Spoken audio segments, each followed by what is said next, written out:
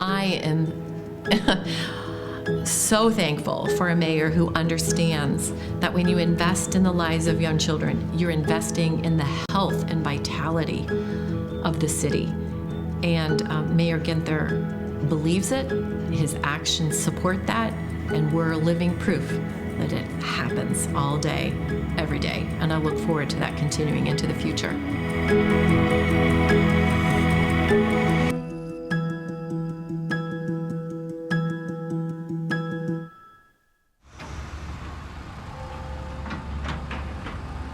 My name is Daquan Kirk, and I'm currently working for Eagle Heating and Cooling. We're at the Poindexter phase. This is phase 2 of the program that they're building up, and basically I'm doing heating and cooling, general labor so far, and then I'm working my way up to be an installer. Restoration Academy has helped me in a whole lot of ways from the beginning when I was doubting myself and not thinking I would get a job and everything, and from them just keep on encouraging me and telling me just to trust the process, and me actually getting an internship with Eagle Heating and Cooling to me now being hired with him and working and learning every day something new. I was really down on myself before the program. I didn't really care about what nobody thought about me, but now I just feel more confident, and it just gives me I feel like I can go anywhere in the room and make anybody smile. That's what it's called, restoration. I really do feel restored after the program. They helped me more than they thought, man. It really saved me from going the wrong route. They give me career fairs to go to, they give me Dress for Success, they give me clothing, and they just help me in a bunch of ways that make me actually feel like I'm gonna actually get a job.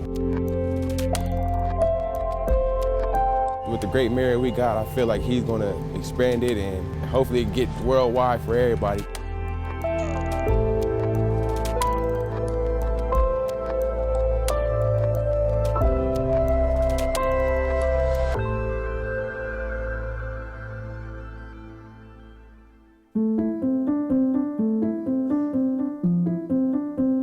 My name is Claudia Lopez. I'm a family advocate case manager. I work for St. Stephen's Community House. I help families become self-sufficient. St. Stephen's has been brightening lives since 1919. They have different programs, and now we have the community health workers that are helping reduce the infant mortality rate in the Linden area. The program is through Celebrate One, and then we get stationed at different agencies, depending where you live. It's such a great feeling to help people that are really in need. My mom was a single mom, and when we came to the United States, we went through a lot of tough things. One of the things was she was pregnant, and she lost the baby. I think that if it wasn't for Celebrate One right now, our infant mortality rate will be even higher than it was. We're just starting. I can't wait to see when by 2020 and see the difference that we have made overall. A program like this would have definitely helped my mom. If Celebrate One was in Las Vegas or California where we were back then I would probably have a 17-year-old brother right now.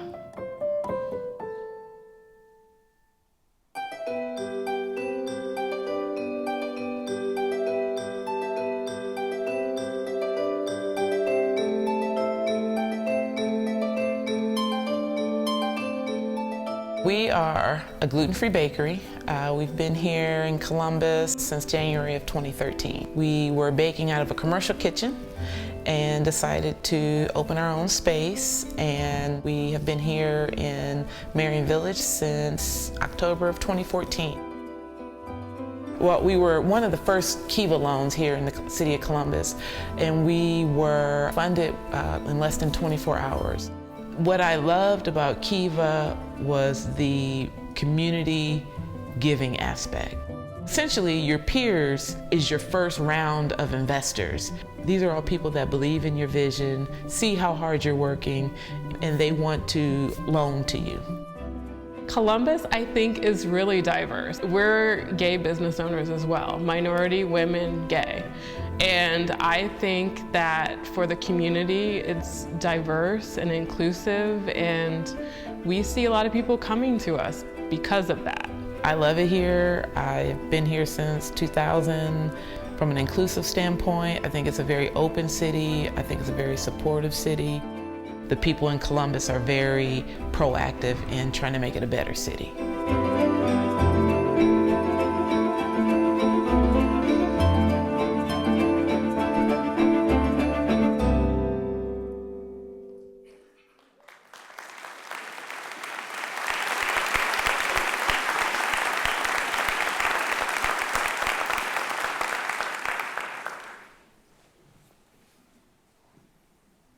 Ladies and gentlemen, please welcome Mayor Andrew J. Ginther.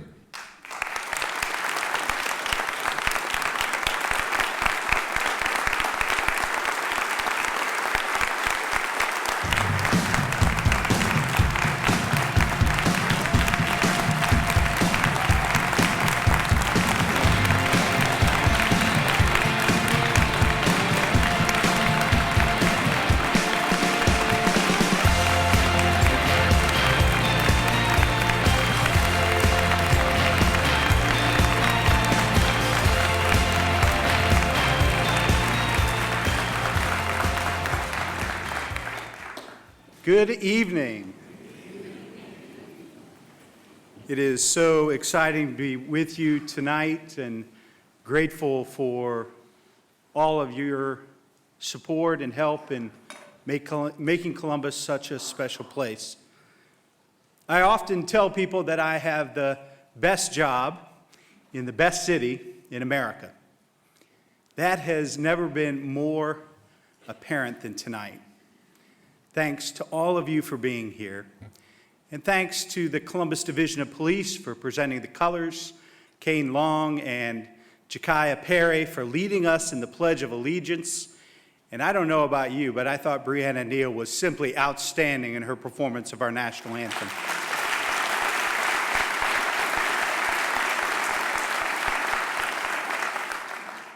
We have accomplished a great deal in my first year as your mayor, and I have many, many people to thank for that.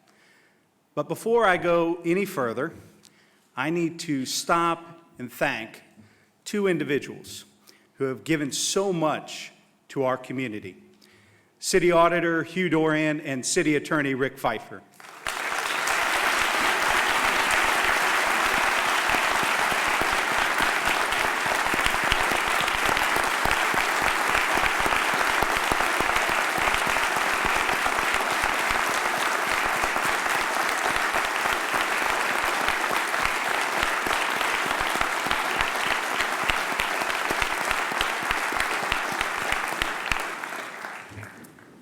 Now, as everybody here knows, they're going to have to endure the next minute or two because I'm going to brag about both of them, and they're not real good at that. For more than 5 decades, Hugh Dorian's steady leadership has secured the city's financial position and afforded our community the opportunity to thrive, grow, and to invest in the future of generations to come. Though he's been known to point out as city auditor, he doesn't make policy.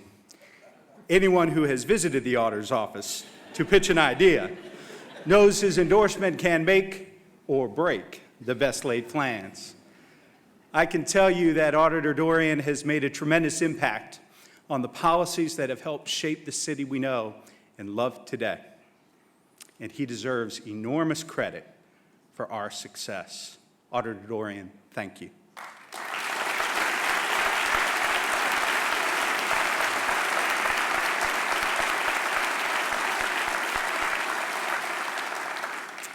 City Attorney Pfeiffer, thanks to you as well. For 16 years, your steadfast counsel has kept Columbus on track, and your commitment to Columbus neighborhoods has never waned.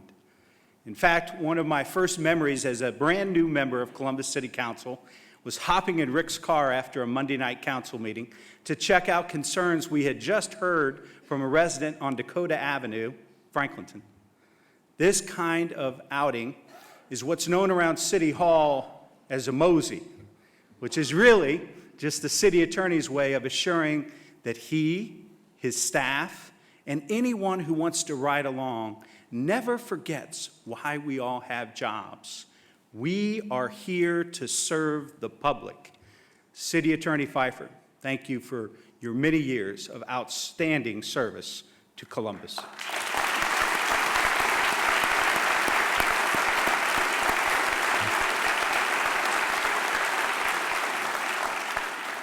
I do have to wonder, though, in my first year as mayor, I've managed to run off two of the longest-serving, most valued public servants in Columbus. So I have to say, was it something I said?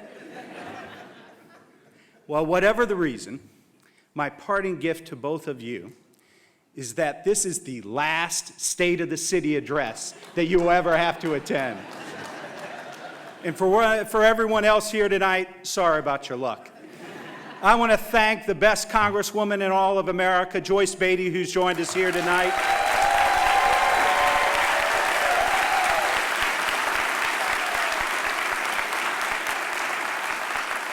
And special thanks to the members of Columbus City Council, President Zach Klein, President Pro Tem Priscilla Tyson, Council members Elizabeth Brown, Mitch Brown, Shannon Hardin, Jiza Page, and Michael Stinziano. Thank you all for being here and for your partnership.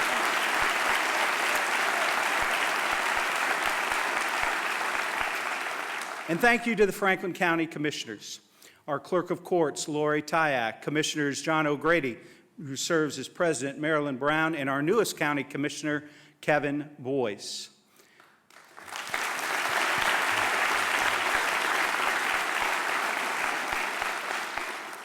Thank you to Columbus City Schools Superintendent, Dr. Dan Good, and the Columbus Board of Education for joining us here tonight.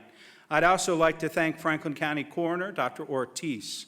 And I also want to make sure we recognize all the other elected officials that are here tonight. I think County Recorder O'Connor is here and others. Any other elected officials, could you stand in so we could recognize you? I see the sheriff over here, a couple of our members of the House, and the Judiciary, Senator Tavares, Representative Kent. Thank you all for being here this evening. And thanks to my outstanding cabinet and my staff, especially my Chief of Staff, Greg Davies. Most of all, I want to thank my daughter, and especially my wife, Shannon. I could not ask for a better partner in life and in service. You received a fact sheet tonight that illustrates many of our accomplishments over the last year. And you just watched a video that puts faces with a few of our initiatives. The investments we've made, the success we've realized in neighborhoods around Columbus, and the diverse, passionate voices of those helping to reduce infant mortality, expand access to high-quality pre-K, and to create jobs is just a sample of the incredible strength that defines our city. Indeed, as I stand with you this evening, the state of our city is strong.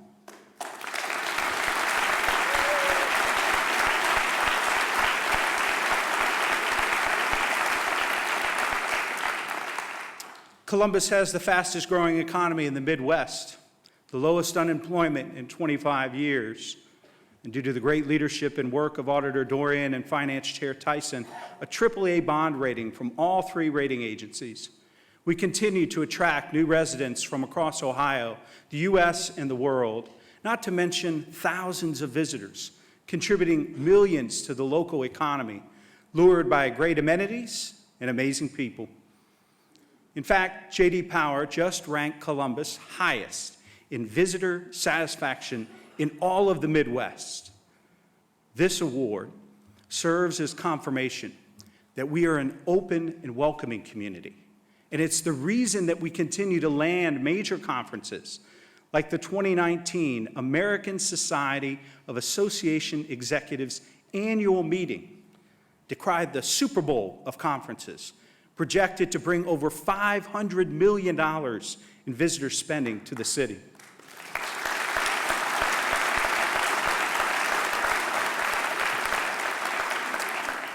There's no mistaking that Columbus is a great city. It's the city where I was born and raised, and where I now have the incredible privilege to serve as your mayor. However, as great as our city is today, we have an obligation, a responsibility to ensure that every family in every neighborhood is sharing in our success. While 2/3 of Columbus may be doing well, unfortunately, 1/3 of our neighbors are still struggling to get by. Too many babies die before their first birthdays. Too many children are struggling to succeed in school. Too many of our residents are hungry, homeless, and unable to find affordable housing. Too many of our neighbors are working too hard for too little pay, unable to support a family, let alone plan for the future.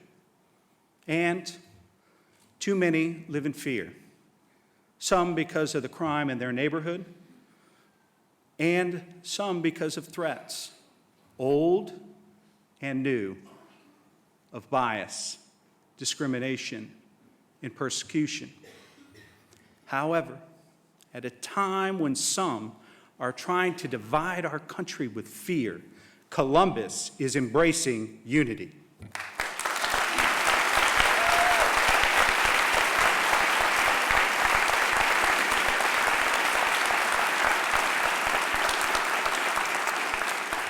We are a more diverse community than ever before. Our city of over 850,000 is made up of more than 327,000 people of color, 102,000 foreign-born residents, 43,000 veterans, and 34,000 LGBTQ residents. Some project the region will grow to 3 million by 2050.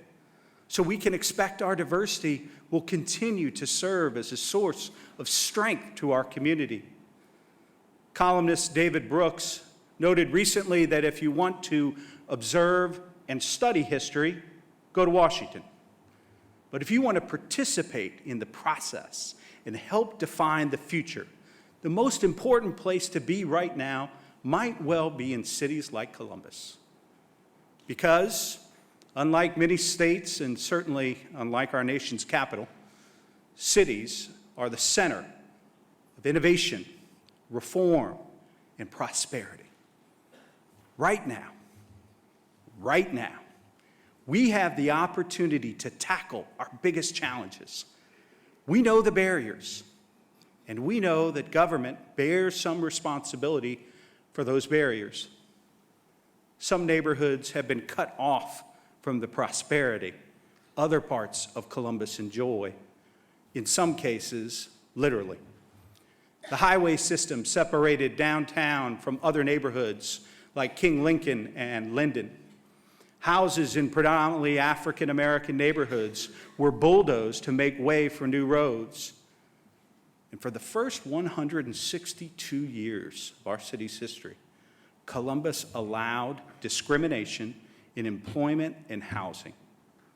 Full equal protections weren't passed until 1990. And during that time, residents in some neighborhoods were redlined or denied loans to buy homes. Other areas, like the West Side, suffered from deindustrialization. Manufacturing jobs that had provided a good and stable living to thousands of families for generations left. Neighborhoods like the Hilltop, near where we are tonight, endured decades of high unemployment. Today, it's easy to see where our opportunities lie. Our friends at The Ohio State University City and Regional Planning Program created maps you see behind me that show neighborhoods with the highest rates of infant mortality and unemployment.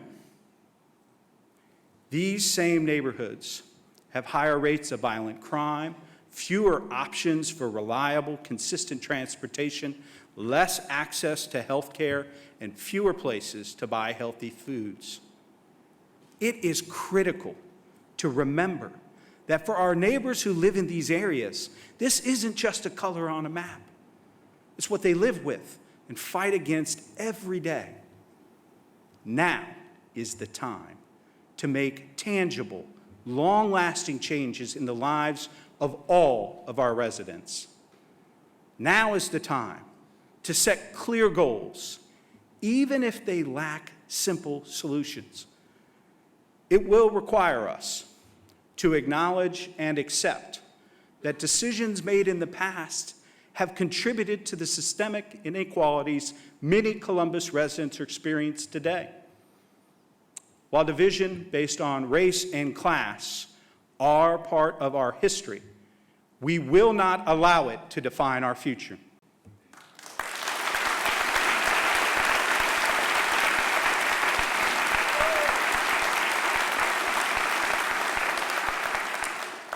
We must face our challenges head on, motivated by hope and opportunity, not fear and distrust. This is not a one-year agenda, but a multi-year plan. We will try new approaches, we will make adjustments, and we will keep working to move our entire city forward. I have great faith in our ability to make change because we've done it before, and we will do it again, leveraging the strength of our many neighborhood assets.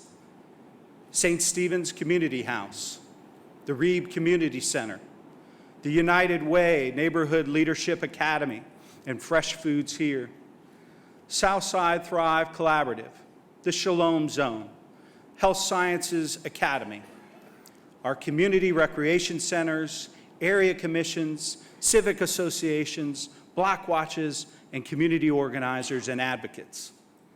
These are amazing community resources made up of committed and passionate people, many of whom are in this room and are on this stage with me. They are the type of partners that every neighborhood needs to overcome adversity. Our work started a little over a year ago, and it continues today. We will build on these assets in each of our opportunity neighborhoods and invest the resources to lift up those who have been left behind. Friends, together, we will make Columbus America's Opportunity City.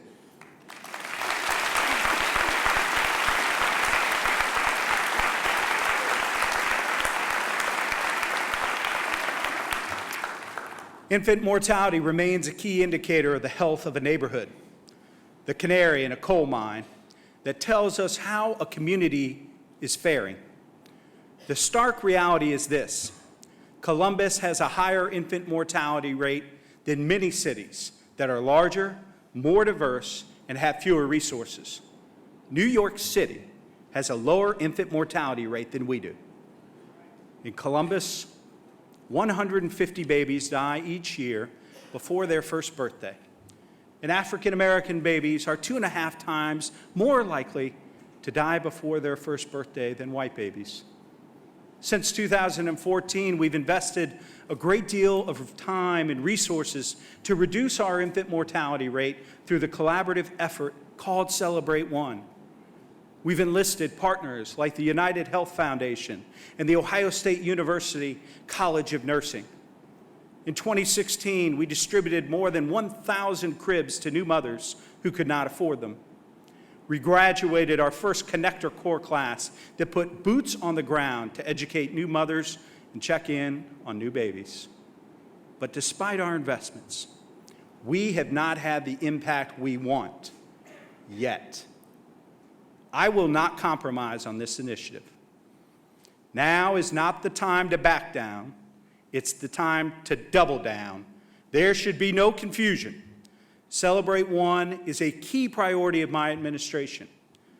Now, more than ever, we must concentrate on creating a system in which no expectant mother or mother of an infant falls through the cracks of our social safety net, regardless of her income, her background, or her neighborhood.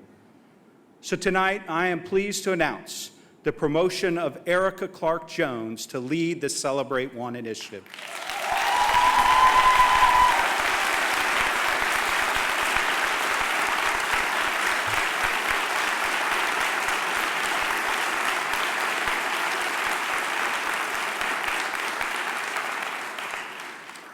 Erica is a veteran public servant. I have elevated her to a position that will report directly to me, just like members of my cabinet. Her word is my word. But I'm also calling on you, as individuals, community and corporate partners, to join Erica and me in support of Celebrate One's Safe Sleep program. Last year, over 400 people were trained on the ABCs of safe sleep. Babies should always sleep alone, on their back, and in a crib. Anyone can become a safe sleep ambassador, and we need more champions for the future residents of our city. This year, we are expanding the opportunity for parents, grandparents, and caregivers alike to receive this free training throughout our neighborhoods. I'm setting the goal of recruiting 500 new sleep ambassadors this year. It's not a lofty goal. If just 100 of us in the room tonight get committed and got 5 friends to commit, we would already be there. Brothers and sisters, this is important not just to our present, but our future. And together, we will cut the infant mortality rate by 40% and the racial disparity in half by 2020.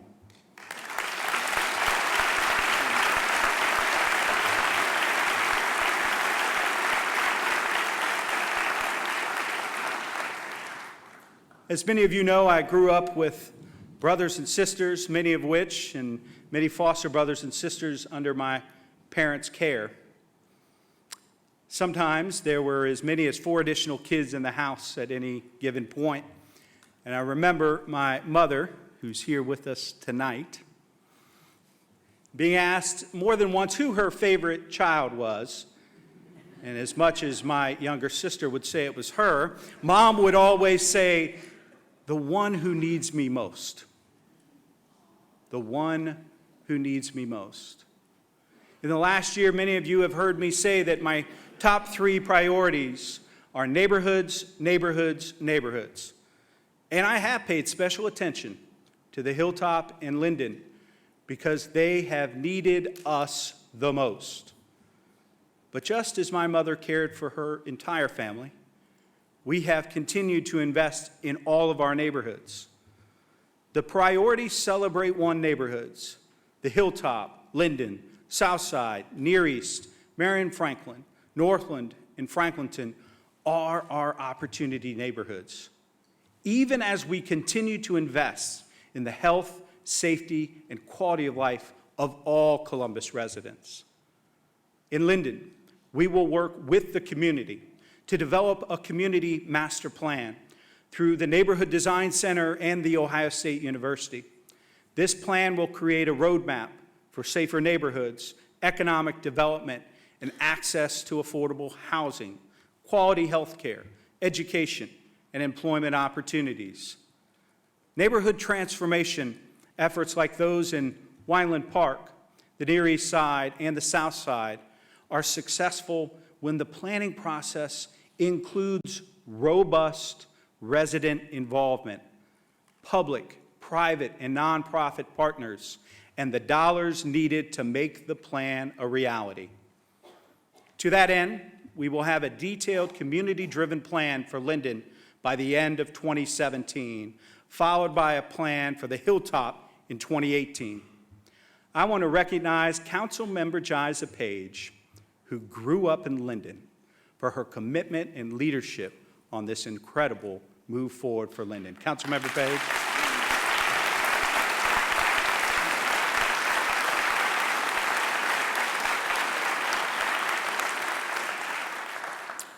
We also thank United Way of Central Ohio, Janet Jackson, President and CEO, for their $1 million commitment to Linden and the South Side. And we invite other partners to invest with us in our opportunity neighborhoods. There is room for everyone at the community development table.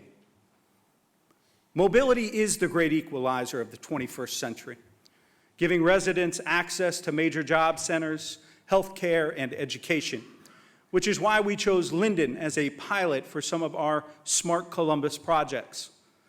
In Linden, we will leverage cutting-edge transportation, technology, with trip planning and paying options integrated into a single application so residents will have more convenient access to jobs, schools, fresh foods, and doctor appointments. We just held a 2-day Smart Columbus planning event at St. Stephen's and heard from residents about what they need in terms of transportation. It won't all happen in 2017. We are just at the starting line, but it will happen by 2020 and beyond. And in the process, it will draw more partners to the region for sustained economic growth and development. What we learn and accomplish in Linden, we can take to other neighborhoods throughout the city and the region. We wouldn't be where we are today without the steadfast commitment, leadership, and advocacy of Councilmember Shannon Hardin on Smart Columbus. Thank you, Councilmember Hardin.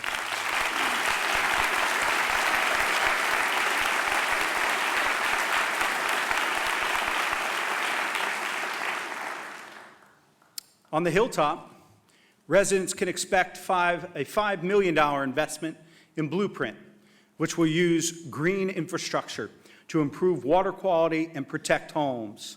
I want to thank Councilmember Michael Stinziano for his dedication to neighborhoods in Columbus, and especially to the Blueprint project. Thank you, Councilmember Stinziano.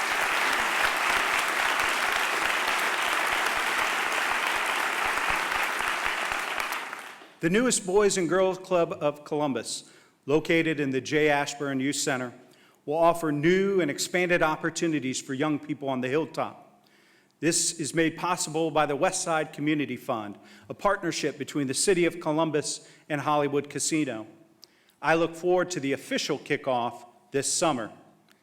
In addition, the fund is contributing dollars to the Westmore Park and Wilson Road Park, which are stops along the Camp Chase Trail that will provide Westside residents with miles of off-road trail for transportation and recreation. And while the community master plan for the Hilltop will be completed in 2018, we will not wait to move forward for our youngest residents. In the Hilltop, fewer children are enrolled in high-quality pre-K than anywhere else in our city. So we must act now. Tonight, I'm announcing the Hilltop Early Childhood Partnership. The goal is to double the number of children enrolled in quality pre-K in the Hilltop by 2020.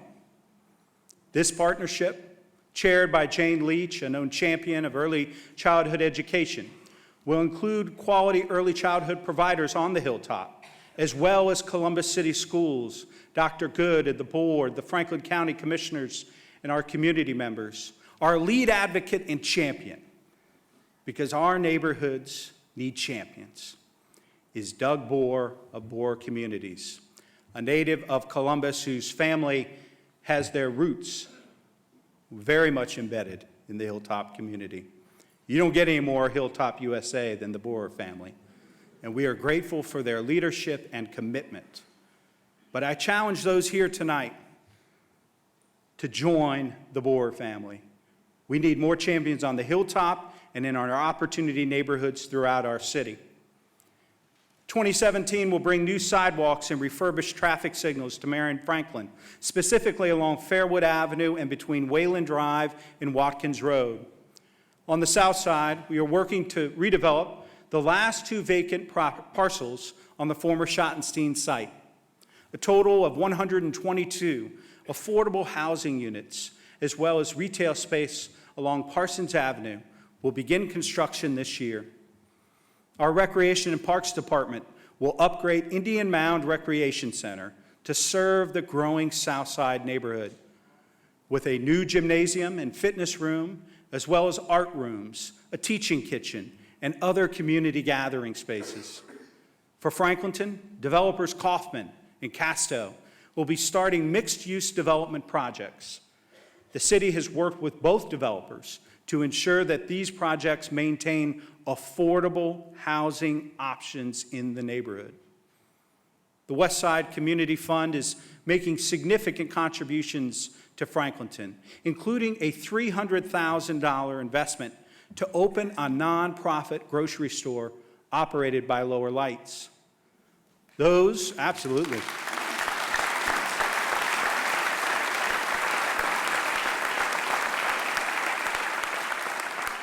Those on a limited income will be charged a sliding fee for fresh fruits and vegetables and healthy prepared food options. This spring, Boys and Girls Club of Columbus will open the new Sullivan Avenue Teen Center in West Franklinton.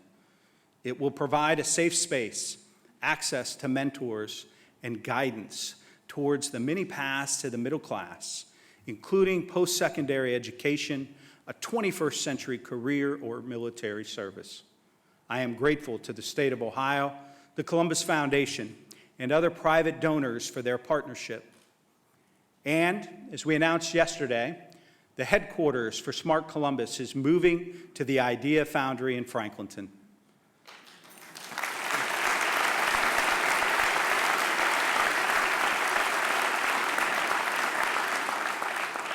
Co-leaders Mike Stevens, the city's new Chief Innovation Officer, and Mark Patton, the Vice President of the Columbus Partnership, will lead the startup effort that is Smart Columbus.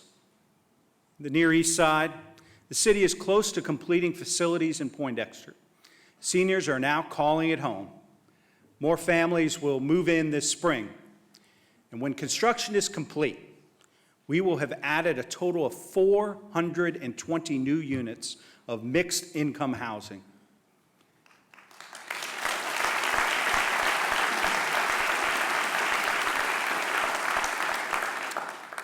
In addition, tonight, I am announcing that we have heard from the community, and we will preserve the final 2 buildings of the old Poindexter Village.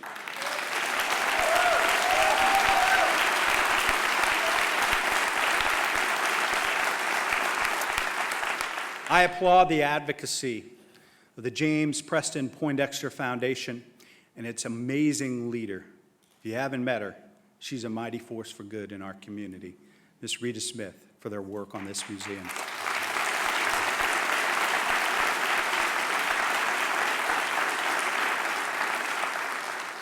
We will work with the Ohio History Connection to create a Central Ohio African American History Museum at this site, and the city will lead the way with a significant financial contribution.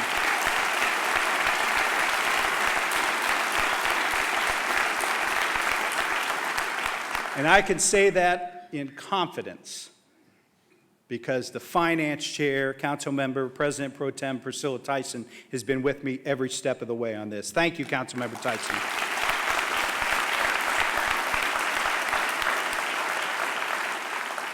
The opening of Huntington's new office complex at 161 and Cleveland Avenue this year will bring a boost to the Northland area. Huntington is also committed to investing $300 million in lending in low to moderate income neighborhoods in the next 5 years. Huntington Bank has been an excellent partner to the city of Columbus and its residents. And I'd like to take a moment to recognize Steve Steinauer, President and CEO of Huntington, for his leadership.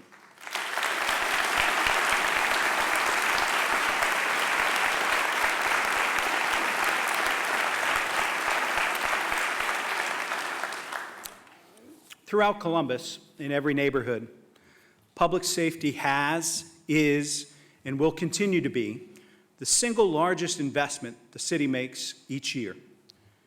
More than 2/3 of the city's budget is dedicated to police and fire.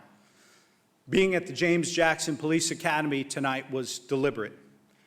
We are in the very place where our police officers gain the training they require to serve and protect. Twice the training the state requires. This is a place of honor for police and where the values that guide their actions are instilled. We will add 2 new police classes this year, and we will continue to invest in the tools and technology necessary to keep Columbus police officers and our residents safe.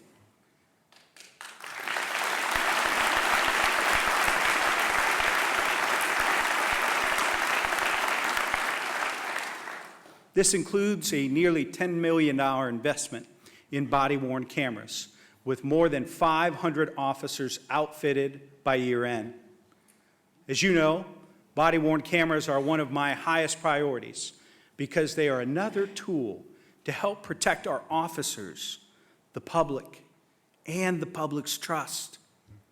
On March 2nd, we will have a public forum with the NAACP to showcase the body-worn cameras and hear from officers who have been using them. Likewise, the 2017 budget continues to invest in the Police Community Safety Initiative. As we have done every year since the program started in 2003, we have reevaluated the Community Safety Initiative, helping it to evolve to meet community expectations while continuing to make neighborhoods safer. Our overarching theme for the program is every resident on every street, in every neighborhood, deserves to be safe. This year, the Community Safety Initiative will focus on gun violence, juvenile crime, and high-level felonies, based not on neighborhoods, but on where crime is occurring, and not just in the summer, but throughout the year. The program reiterates that plainclothes officers will primarily gather intelligence and perform surveillance. Uniformed officers will be responsible for enforcement.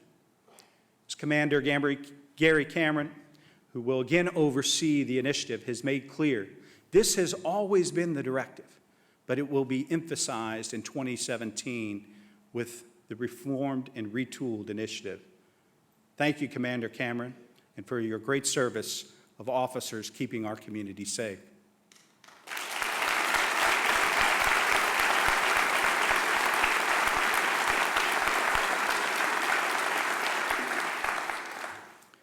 Neighborhood outreach, police ride-alongs, and education efforts will also continue. Our goal is to help Columbus residents better understand police operations and lay the groundwork for new community-based policing strategies, including a new volunteer civilian patrol. And I look forward to working with Council President Klein to develop a pilot program that will partner with Columbus residents to patrol their own neighborhoods. At the community's request, this direct investment in neighborhood safety will complement the Community Crime Patrol, which has helped Columbus neighborhoods for more than 30 years. The outstanding work of our Columbus Division of Police has been under the outstanding leadership and direction of the Chief of Police, Kim Jacobs.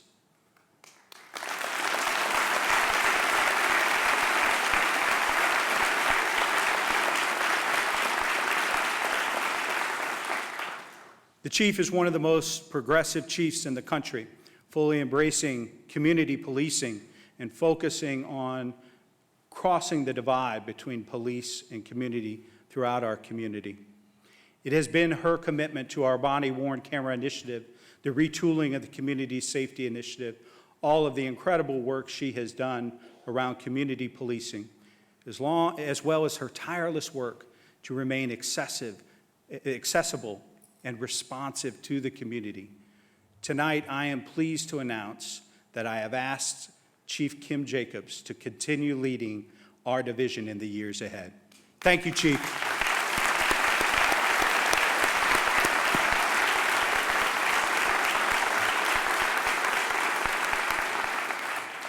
We added a new class of fire recruits at the end of 2016, and 2 additional recruit classes will begin before year end.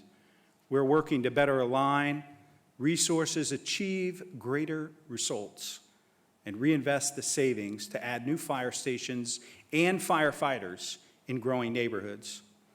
In April, we will reopen and improve Station 2 on Fulton Street, and for the first time since 2003, we will expand the number of fire stations with the construction of Station 35 on the far east side. For both fire and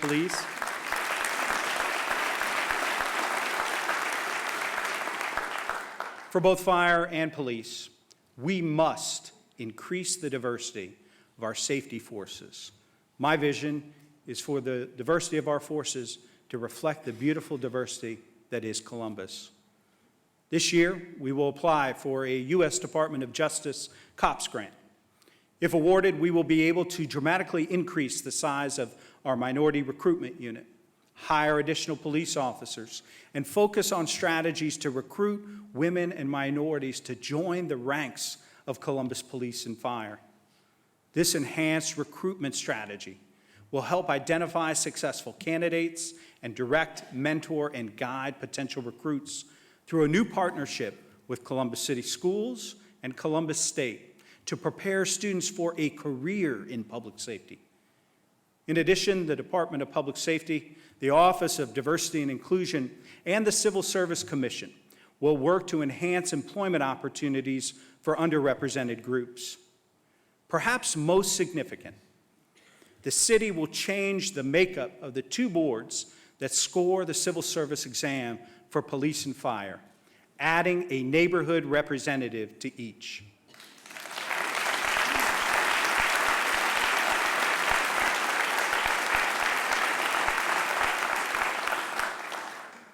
This will give Columbus residents an unprecedented opportunity to help shape the future of our safety forces.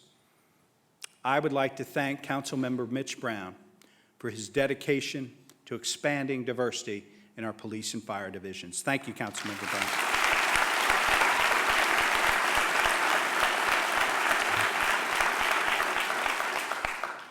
Last year, Shannon Ginther and I seated the inaugural class of the Columbus Women's Commission, a diverse group that will work to break down barriers to success for all women in our community.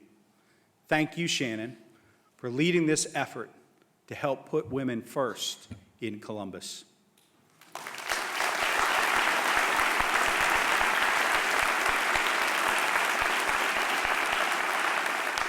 I would also like to thank Councilmember Elizabeth Brown, who serves on the commission and has been a fighting force for women's equality, pay equity, workforce opportunities. Councilmember Brown, thank you so much for everything you've done.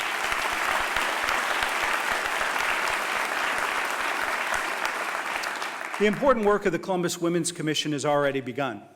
And moving forward, it will focus on 4 pillars: pay equity, workforce development, housing, and health. The problems are real. 1 in 4 women in Central Ohio lack basic economic security. Women make up 2/3 of all the minimum wage workers in our community.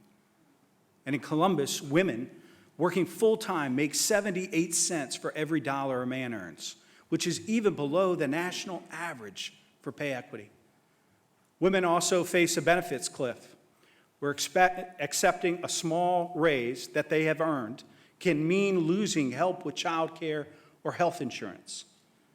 To stress the importance of this work, I'm adding a representative from the Columbus Women's Commission to report each week to my cabinet. I am pleased to announce that Shelley Biding is joining us as the Executive Director of the Columbus Women's Commission.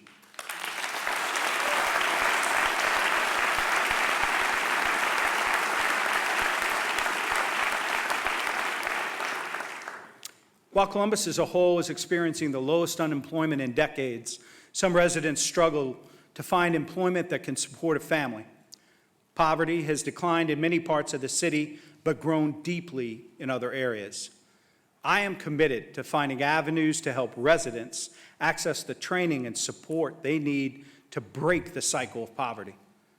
Last year, Lisa Pat McDaniel was named the President and CEO of the Workforce Development Board. She's working on strategic ways to get coaching and placement services into our neighborhoods. In addition, she is evaluating what types of jobs will be available in the future and the training they will require.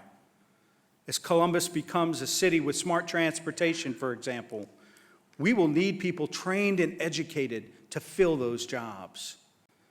And we know that 2-year and 4-year colleges aren't the only pathway to the middle class.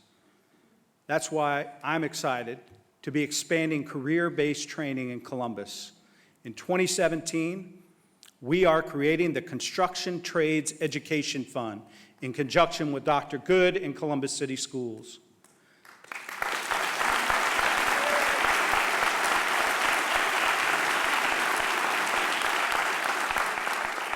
The city will invest of up to $1 million to create new career-based training programs that begin earlier so that students are prepared to enter pre-apprenticeship and apprenticeship programs.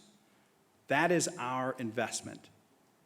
but since public-private partnerships are the Columbus way, we hope that leaders from the private sector will step up to help us invest in a quality workforce and opportunities for our young people. Our goal is to make sure we give more young people in Columbus the chance to be trained in the trades. The challenges we face are intensely local. A mom and dad coping with a child addicted to heroin. Kids need a safe place to go after school. Young adults desperately seeking a way out of poverty. One of the first things I learned when I joined City Council was the enormity of some of the issues facing us and the dawning fact that there are no simple solutions. The other thing I learned was that these challenges don't stop at the city limits. Poverty, education, and heroin addiction are regional, statewide, and national problems. But our approach can be regional as well. I have spent the first year of my administrating meeting with suburban mayors and city managers across the region to build relationships and open the lines of communication. Now, under a new spirit of regional cooperation, we can look for ways to tackle these issues together. Recently, Columbus and Franklin County, along with the rest of the country, have been faced with an unprecedented epidemic of drug addiction that leads to increases in crime and the enslavement of women and young children in human trafficking. It is a public health crisis, and according to the Franklin County Coroner's Office, 2 people in Central Ohio die every day from the disease of heroin addiction. 2 a day. While many people and many organizations have taken steps to address the heroin crisis, we need a unified regional approach to fight this epidemic. In the next few weeks, under the leadership of Council President Zach Klein, the county commissioners, the county coroner, our Columbus Health Commissioner will all come together to explore real, tangible solutions and put together a regional plan. This is no time to waste. Our families are suffering, and it will take all of us to conquer this disease. I would like to thank Council President Zach Klein for recognizing this crisis and for his work in organizing our community to fight it. Thank you, President Klein.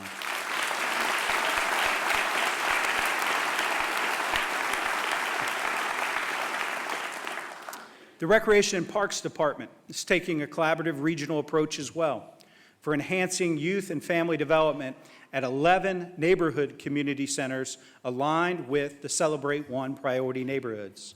We will partner with Franklin County to provide career exploration and job development for 14 to 24-year-olds and work with our nonprofit partners like the YMCA of Central Ohio to provide after-school education services in these centers of opportunity. We will continue to look for partners like our teammates at the Columbus Blue Jackets and Columbus Crew to bring their investments to those 11 community centers as well. Our focus on regional solutions also extends to how we deliver core city services. That is one of the reasons we are launching the first operations review of the city since 1999. The city's last operations review helped streamline city departments and pave the way for enhanced city services. Our operations review will ask, are city departments and services aligned with the priorities and needs of a 21st century city? What efforts are we duplicating with the county and the state? How can we deliver more efficient, cost-effective services to our residents? This review will help us reimagine city government, making our city even stronger for the future.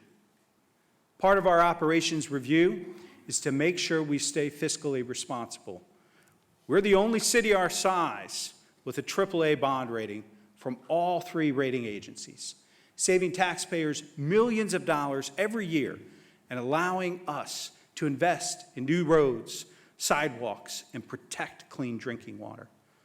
Our outlook is bright, but we all know that the economy fluctuates. And now, while we are strong, I am committing to increasing our rainy day fund balance to $80 million by 2020.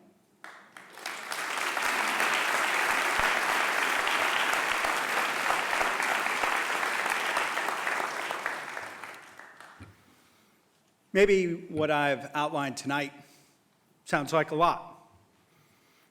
Maybe some of you are thinking, this is too much. But I'm not looking for quick fixes. I didn't run for mayor to lounge in the glory of our past successes, of which there are many. I want to make substantive changes that will elevate the lives of individuals, provide stability for families, and revitalize our neighborhoods. It's no accident that we're here on the west side, in the greater Hilltop area. Anyone who has spent time on the Hilltop understands the proud history of this neighborhood and the strident, independent nature of its residents.